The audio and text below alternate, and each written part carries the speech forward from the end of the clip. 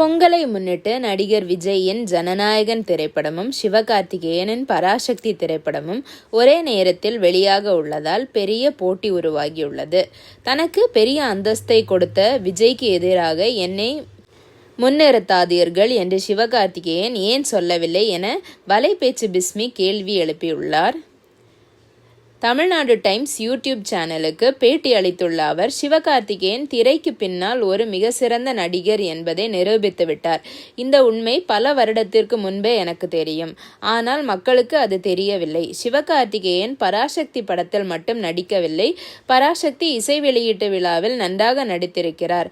அண்ணன் தம்பி பொங்கல் என்று ஒரு மிகப்பெரிய பொய்யை சிவகார்த்திகேயன் இயல்பாக கூறியிருக்கிறார். முழு பூசணிக்காயை சோற்றில் மறைப்பார்கள் என்று கேள்விப்பட்டிருக்கிறேன். ஆனால் இவர் பூசணி தோட்டத்தையே சோற்றில் மறைக்கும் வேலையை பார்க்கிறார்.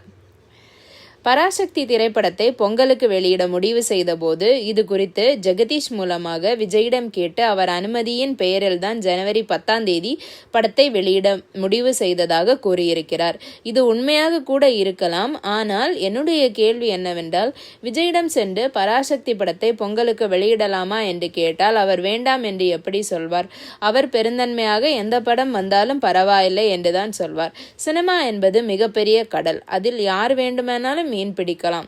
இப்படி ஒரு சர்ச்சை வரும் என்பதை தெரிந்து கொண்டே சிவகார்த்திகேயன் அந்த சர்ச்சை வந்தால் இப்படி சமாளித்து விடலாம் என்ற எண்ணத்தில் இப்படி ஒரு கண்டென்ட்டை அவர் உருவாக்கி இருக்கிறார். முதலில் பராசக்தி படம்தான் பொங்கலுக்கு வெளியாகும் என அறிவிக்கப்பட்டது. ஜனநாயகன் அக்டோபரில் தான் வெளியாக இருந்தது. ஆனால் இப்போது பொங்கலுக்கு வெளியிடுவதாக அறிவித்திருக்கிறார்கள். பொதுவாக எந்த பெரிய நடிகர்களின் படங்கள் வந்தாலும் மற்ற நடிகர்கள் தங்களுடைய படங்களை வெளியிட மாட்டார்கள். ஏனென்றால் அந்த படங்கள் வசூலாகாது என்பதற்காக அப்படி செய்வார்கள்.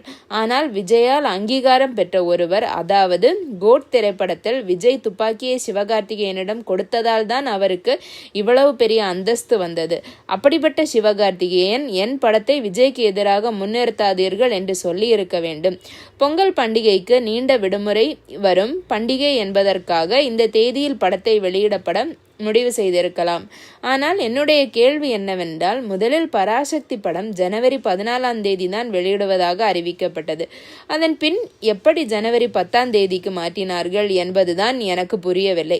சிவகார்த்திகேயன் இது அண்ணன் தம்பி பொங்கல் என்று சொல்லலாம். 350 கோடி ரூபாய் பட்ஜெட் போட்டு ஒரு படத்தை எடுத்திருக்கிறார்கள். பெரிய பட்ஜெட்டில் உருவாக்கப்பட்ட ஒரு படத்திற்கு ஒரு நாள் வசூல் போதுமா?